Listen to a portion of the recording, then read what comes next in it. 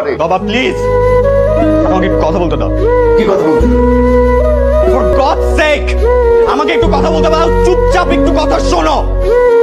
For the first time একটু কথা শোনো আমার। আপু যদি আর 2টা মিনিট পরে বাইরে তো বাবা, 2টা মিনিট আমাকেও পাইতা না। আমি সুইসাইড করতে গেছিলাম। আপু আর 2টা মিনিট পরে বাইরে তো আমাকেও পাইতা না, আপুকেও পাইতা না। তোমাদের সব প্রবলেম সলভ হয়ে যাইতো। আমাদেরকে নিয়ে আর কোনোদিন তোমাদের টেনশন করতে হতো না, কোনোদিন আমাদেরকে নিয়ে ভাবতে হতো না তোমাদের। সোসাইটি, তোমরা তো সারাক্ষণ পড়ে থাকো যে সোসাইটি কি বললো, সমাজ কি চায়। একটাবার জিজ্ঞেস করছো আমি কি চাই, আপু কি চাই, একবার জিজ্ঞেস করছো তুমি? সমাজ কি চায়, সমাজ কি চায়? সমাজ যদি তুই ভালো হইতো বাবা, তাহলে তোমার পত্রিকায় প্রতিদিন কেন রেপের নিউজ, প্রতিদিন কেন গলা কাটার নিউজ, প্রতিদিন কেন ছেলে ধরার নিউজ? একবার উত্তর দিতে পারবা এটার? পারবা তুমি? আপু কি চায়, আপু কেন ডিভোর্স চাচ্ছে, আপু কেন বাসায় চলে আসছে, একবার জিজ্ঞেস করছো তুমি? তুমি জানো আপুর জামাই কি করে? জানো? জিজ্ঞেস করছো কোনোদিন আপুকে? আপুর জামাই নকল ওষুধ সাপ্লাই দেয়। বিয়ের আগে দেখছিলা? দেখো নাই তো? তোমার যদি আজকে অসুখ হয় তাহলে তুমি কি নকল ওষুধ খাবা বাবা? খাবা বলো?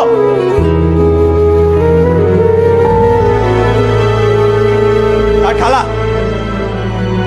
2 দিন পর পর আমেরিকা থেকে এসে আমাদেরকে জ্ঞান দেন, রাইট? হ্যাঁ, এত সোসাইটি নিয়ে কনসার্ন, সোসাইটির পথে চলতে হবে, সোসাইটিকে মেনে চলতে হবে। আপনি কেন এই সোসাইটিতে থাকেন না? কেন থাকেন না? আপনি কেন আমেরিকায় থাকেন? 2 দিন পর পর এসে আমাদেরকে জ্ঞান দেন। আমার কি করা উচিত, আপুর কি করা উচিত? কেন জ্ঞান দেন?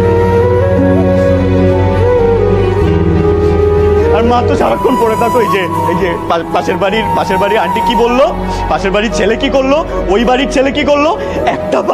একবার ছোটবেলা থেকে কোনোদিন একটাবার আমাকে এসে জিজ্ঞেস করছো বাবা তুই কেমন আছিস? কখনো জিজ্ঞেস করছো? আপুকে জিজ্ঞেস করছো? আমাকে একবার জিজ্ঞেস করছো আমি কি চাই? কখনো করো নাই।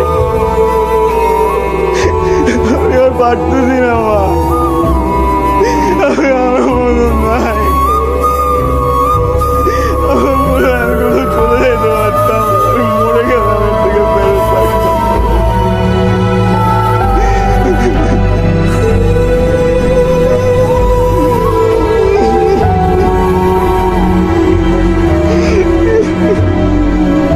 তোমাকে রাতে কতবার কল দিছি আমি, কল পিক করো নাই কেন? আর এতগুলো যে মেসেজ দিছি একটা মেসেজেরও রিপ্লাই করো নাই কেন? তুমি খালি তোমার দিকটাই দেখতেছো। তুমি ভালো করেই জানো আমি কেন রিপ্লাই করতে পারি নাই। আমার সিচুয়েশনটাও তো একটু দেখো। ও আমি আমার দিকটা দেখতেছি, তুমি আমাকে সেলফিশ প্রুভ করতে চাইতেছো তাই না? আমি তোমার সেলফিশ কখন বললাম? প্লিজ কথাগুলোর এমনি তুমি টুইস্ট করো না। ওকে করলাম না তো বলো আমাকে যে কি এমন মহৎ কাজ করতেছিলা যে আমার মেসেজের রিপ্লাই করতে পারো নাই? ফারিয়া প্লিজ। হ্যাঁ বুঝছি, এবারও ইন্টারভিউতে কিছু হয় নাই তাই তো? জবটা হয়েই গেছিল, কারণ আমার এক্সট্রা স্কিল হিসেবে গ্রাফিক্স ডিজাইনটা ছিল, কিন্তু স্যালারি 12,000 টাকা। এখন পর্যন্ত জবটা হওয়ার চান্স আছে। আমি কি করবো, আমার একটু সাজেশন দাও না। কি তোমার মাথা খারাপ হয়ে গেছে? তুমি আমাকে জিজ্ঞেস করতেছো সাজেশন দিতে? আর 12,000 টাকা, 12,000 টাকা দিয়ে কি হয়?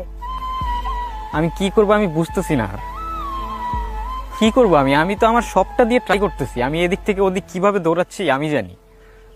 ফারিয়া তুমি এত চেঞ্জ কিভাবে হয়ে গেল? কিভাবে এত চেঞ্জ হয়ে গেল? তুমি তো আগে বলতা আমার যে কোনো সিচুয়েশনে তুমি অলওয়েজ সাপোর্ট করবা, আর এখন? শোনো, আগেকার কথা আর এখনকার কথা সেম না। এখন সিচুয়েশন অনেক চেঞ্জ হয়েছে, আর আমার দিক থেকে যতটা করা সম্ভব আমি ট্রাই করছি। এখন যদি কেউ ট্রাই না করে থাকে সেটা হচ্ছে তুমি। I can't believe you. তুমি এরকম ছিল না ফারিয়া। অযথা কথা বাড়ায় লাভ নাই। তুমি আমাদের জন্য কিছু করতে পারবা কিনা সেটা আমাকে এখন ক্লিয়ার করে বলে দাও। আমাকে আর কয়েকটা দিন টাইম দাও প্লিজ। I am sorry. পরশু আরেকটা ইন্টারভিউ আছে। কোম্পানিটা ওয়েল নোন আর স্যালারিটাও ভালো, আর ওদের সবগুলা রিকোয়ারমেন্টের সাথে আমার স্কিলগুলোও ম্যাচ করে। আই হোপ জবটা হয়ে যাবে। এটাই কিন্তু শেষ। আর মনে রাখো, একটা হ্যান্ডসাম স্যালারি মানে 50-60 হাজার টাকা, এমন না হলে কিন্তু আমার বাসা থেকে মানবে না। আচ্ছা, আমাদের নেক্সট কবে দেখা হবে? যদি জবটা পাও শুধুমাত্র তাহলেই দেখা করতে এসো, আদারওয়াইজ এটাই আমাদের শেষ দেখা।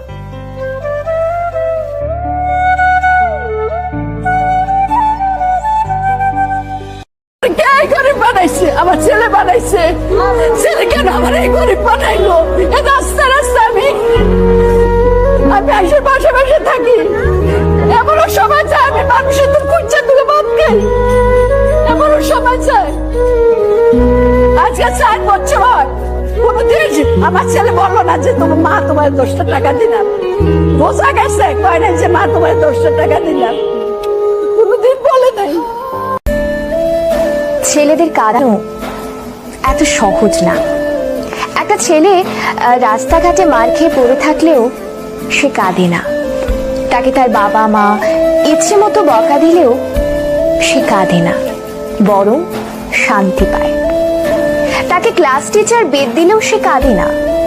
তাকে তার প্রিয়জন রাগ অভিমান করে যদি একটা থাপ্পড় দেয় তবুও সে কাঁদে না, বরং সেই থাপ্পড়ে সে ভালোবাসা খুঁজে নেয়। এক কথায় বলতে গেলে ছেলেরা কাঁদেই না। ছেলেদের কাঁদানোর একটা সহজ উপায় হলো তাকে অবহেলা করুন, তার থেকে গুরুত্ব কমিয়ে দিন, তার প্রতিটা কথা এবং অনুভূতি হেসে উড়িয়ে দিন, তার ভালোবাসাকে মজা হিসেবে নিন। তবেই ছেলেটি কাঁদবে, তবে রাতে কেউ জানবে না। আপনি এইটুকু করে এক রাতে তাকে যতটুকু কাঁদাতে পারবেন, বাকি সারা জীবনেও তাকে ততটুকু কাঁদাতে পারবেন না। কথাগুলো হাস্যকর মনে হলেও মিথ্যে নয়। একটা ছেলে মন থেকে ধরে প্রতিটি দেহের প্রতিটি অংশের কষ্ট অনুভব করলে তখনই ছেলেদের চোখে অশ্রু নামে।